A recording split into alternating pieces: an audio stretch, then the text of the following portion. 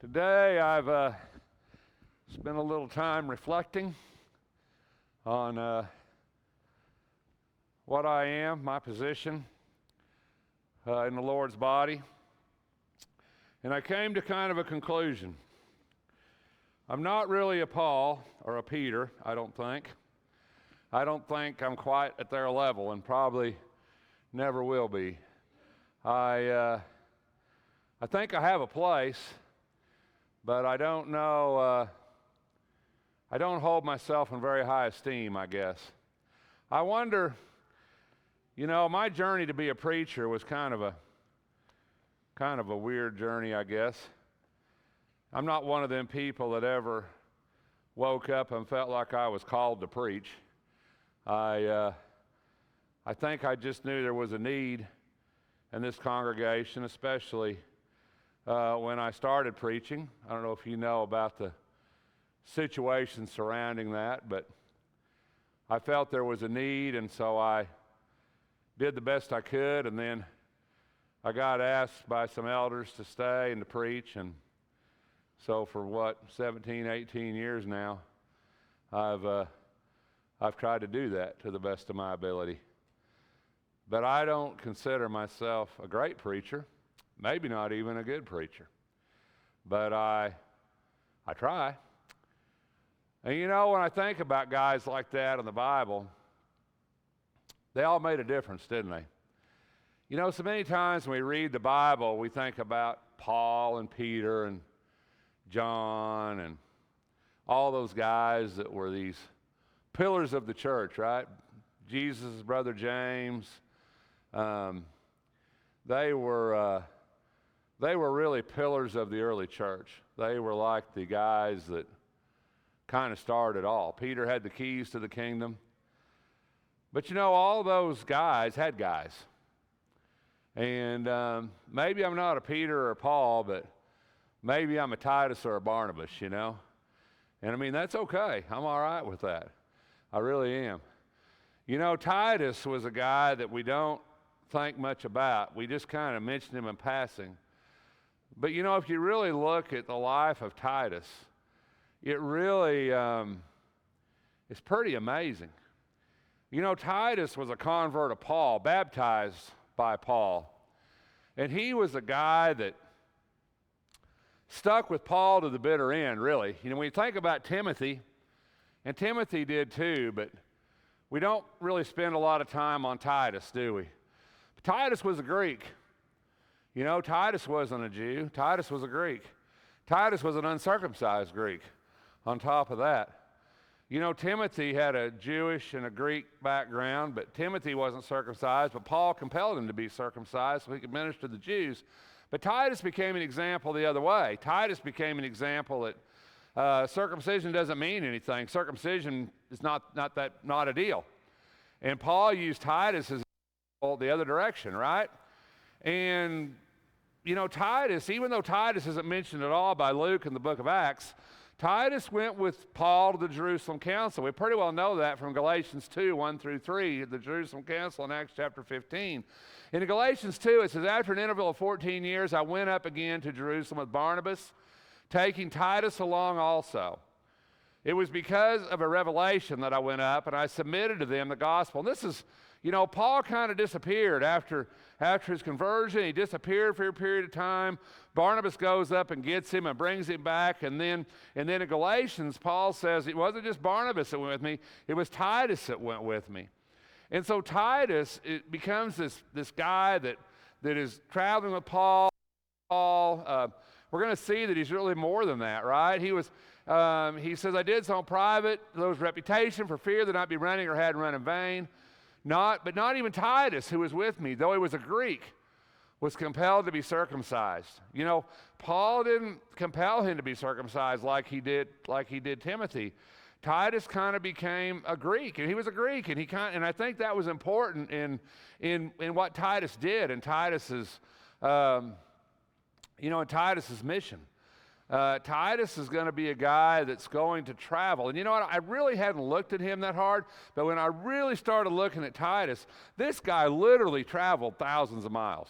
I mean, it's unbelievable the amount of traveling this guy did at a time when travel was hard. And when you read about Paul's travels, about how he was often alone and cold and in distress and in hardship, Titus was all those things. You know, Titus was doing that same thing. He was with him, he was traveling to all these different places, and anyway, Paul, and eventually he's going to be in Ephesus with Paul, and then he's going to go to Corinth.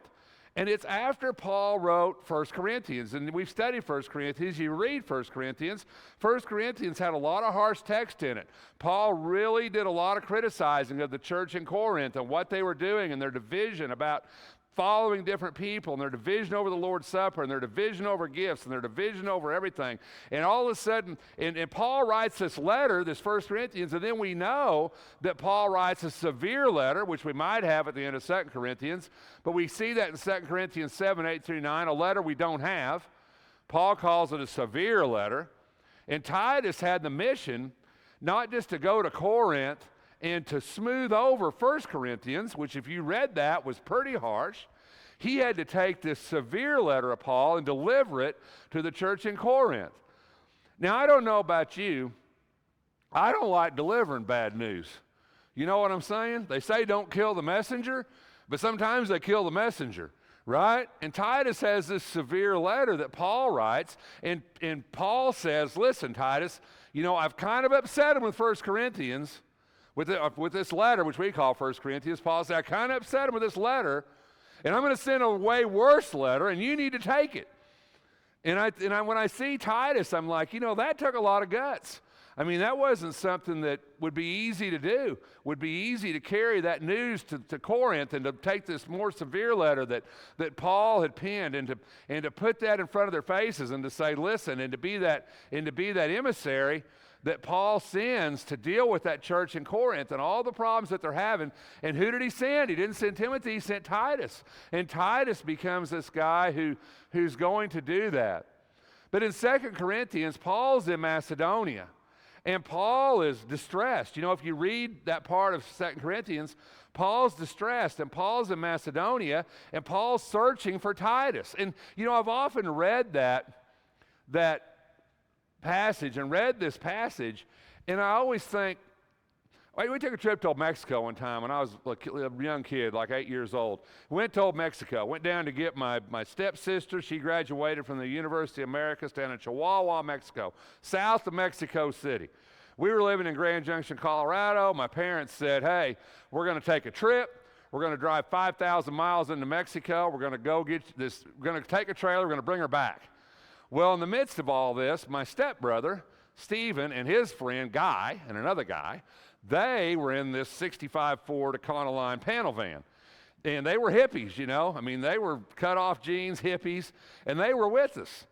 And we kept getting lost from each other. And this is before cell phones. We're in Old Mexico. This is before cell phones. And we broke down in Old Mexico. We broke down on the side of the road in Old Mexico, middle of the night, wheel bearing come apart on this pickup we were driving. We're on the side of the road in Old Mexico, you know. No way to put this wheel bearing on. Need this torch to put this wheel bearing on. And my stepfather's, you know, he's got the part. He doesn't have a way to put it on. And these Mexicans stop. Can't speak Spanish. Right? And George is pointing, and they say, you know, get in the car, you know. So George gets in the car and takes off. And Mom gets us up. That's kids, you know. 8 o'clock in the morning. You got to know my mom to appreciate this story. Mom gets us up at 8 o'clock in the morning, has us go into this creek and get in water to wash the camper. Because that's how my mom is. You got to be doing something. So we were washing the camper, and Mom just stops. And later on in life, she told me, she says, you know, all of a sudden it dawned on me. I'm in Old Mexico, right? I'm 1,000 miles from the United States with a broke-down camper and 2 kids. And George just takes off with Mexicans. I have no idea where, right? I have no idea if he's coming back. No idea if they're going to kill him. And here I am with these kids in the middle of Old Mexico. Well, in the middle of all that, we were lost from Stephen and the other guys. So we were by ourselves. We were alone. And that was really scary situation to be in because we didn't know how to find them. They didn't know how to find us. And I always think about that when I think about Paul. And it's a long story. I'm not going to tell you the whole story. But I always think about that. It's a good story. But I always think about that when I think about Paul in 2 Corinthians. He wants to find Titus, but it's hard to do. I mean, you know, it's hard to find somebody when you don't have anything like we have. But he wants to find him because he's in distress, and he wants his brother. And that tells you how important Titus was. Listen to what he says, not finding Titus, my brother. You know, he wanted that comfort, didn't he? And Titus provided that. Titus was somebody Paul wanted to be around. He supported him. He was somebody who made Paul Paul. And you know, and sometimes it's okay to be that person that makes somebody else the person that they need to be. You know, not everybody's got to be a Paul, not everybody's got to be a Peter, not everybody's got to be, but everybody on earth, I think, needs somebody that makes them who they are. You know, you need somebody who makes you who you are, and Titus is one of those people, and I think you see that. But in 2 Corinthians 12, Titus goes back to Corinth. Paul eventually is going to find Titus in Macedonia. He's going to write 2 Corinthians, and he's going to send Titus to Corinth to get the contribution that's been being taken up for the church in Jerusalem and to deliver yet another letter, 2 Corinthians, to the church in Corinth. So Titus is going back to Corinth. He's going to, and there's several passages in 2 Corinthians that mention Titus. I didn't put them all up there.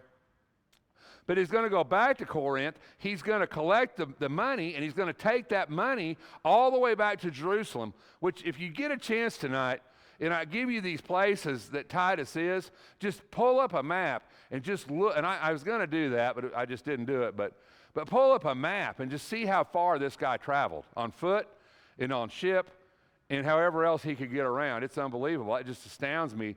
Paul's sending this guy on these journey after journey after journey, travel, Macedonia, Corinth, Jerusalem, Ephesus. That's just the start of it.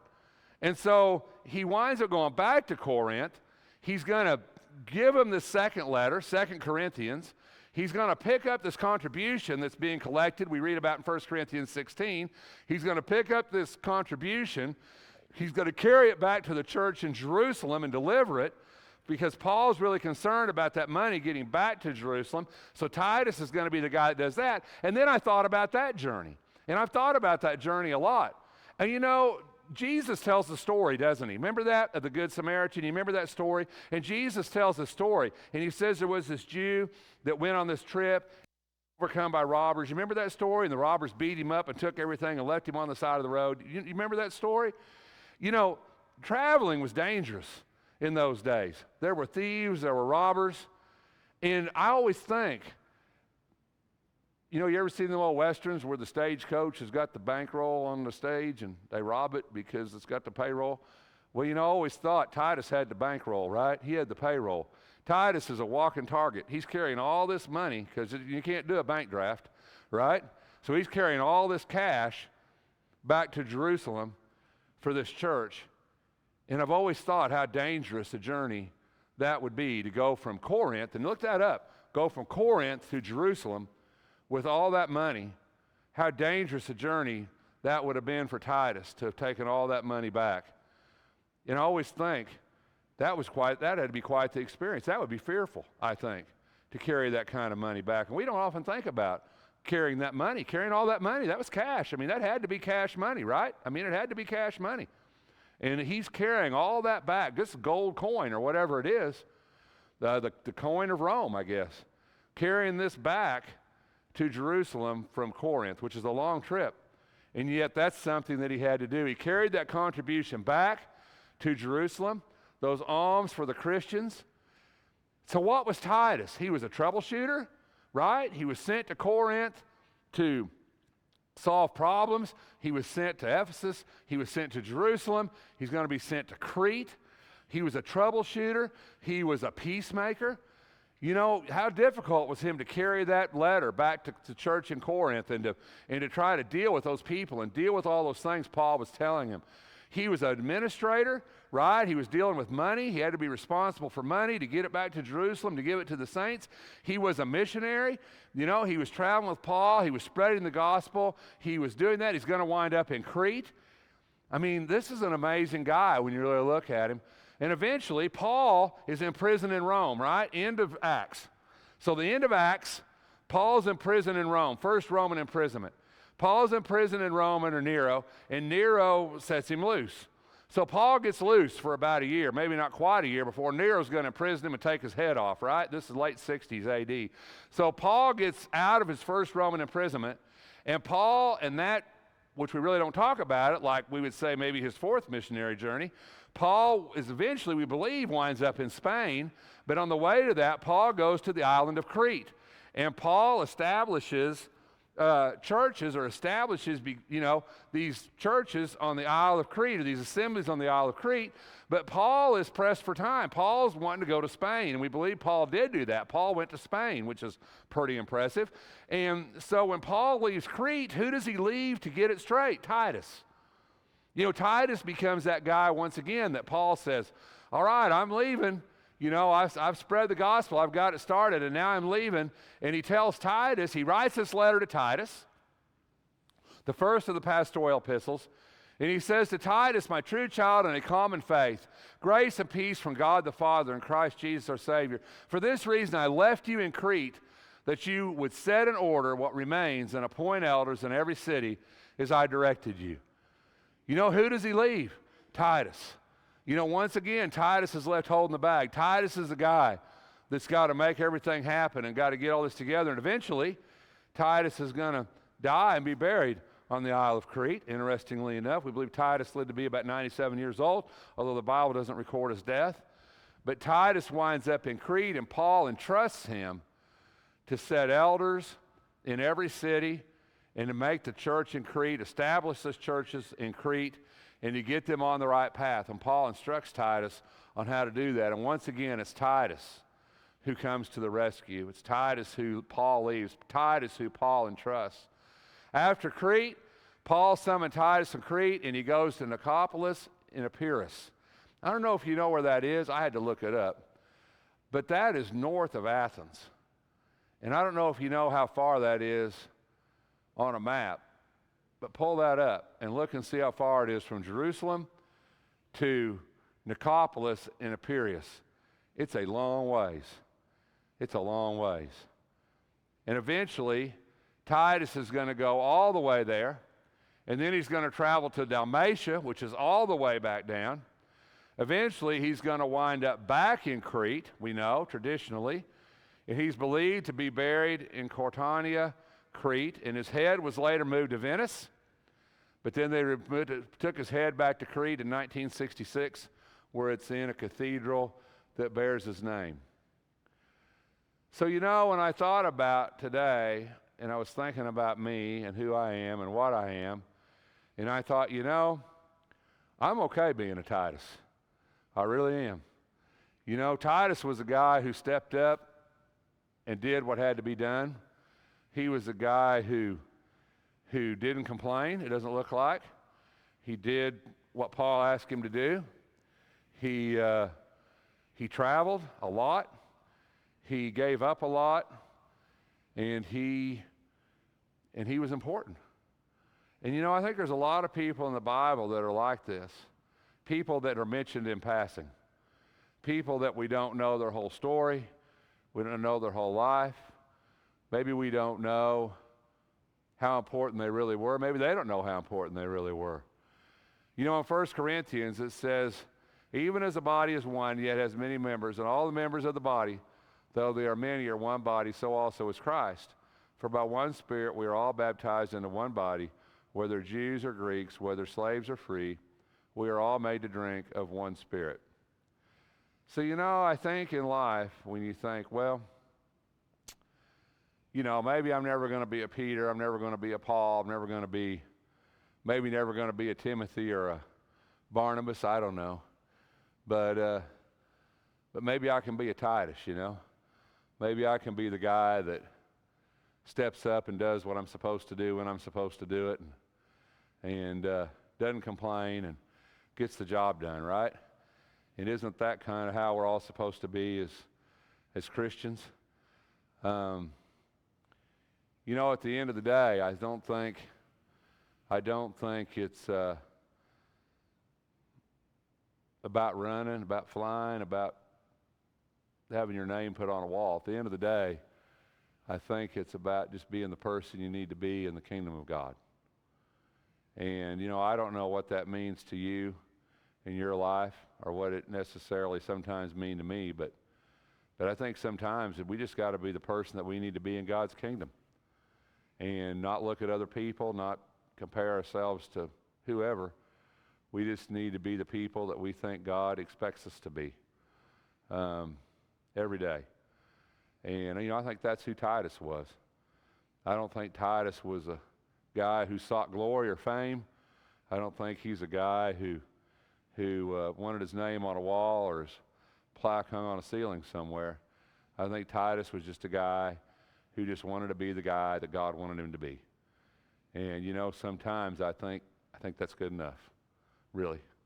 I think just to be the person, the people, the individual that God wants us to be. And so when I thought about that today, and I thought about this guy, and I thought, I'm okay with being a Titus. I am. And I think maybe we all could be, because, he's a guy who got it done, wasn't he? He's a guy who got it done. And what more in life can you want than somebody who just gets the job done? And so, anyway, a guy to think about. No, we don't talk much about him, do we? We just kind of mention him. I mean, he's even got a book in the Bible named after him. You think we would, talk more about him than that. But I'm sure Titus wouldn't have liked that, I don't think Titus wanted a book named after him, do you? I think Titus is one of those guys who just wanted to get it done. And anyway, somebody to think about. Thanks for your time this evening. If we can help you in any way, won't you let it be known while we stand?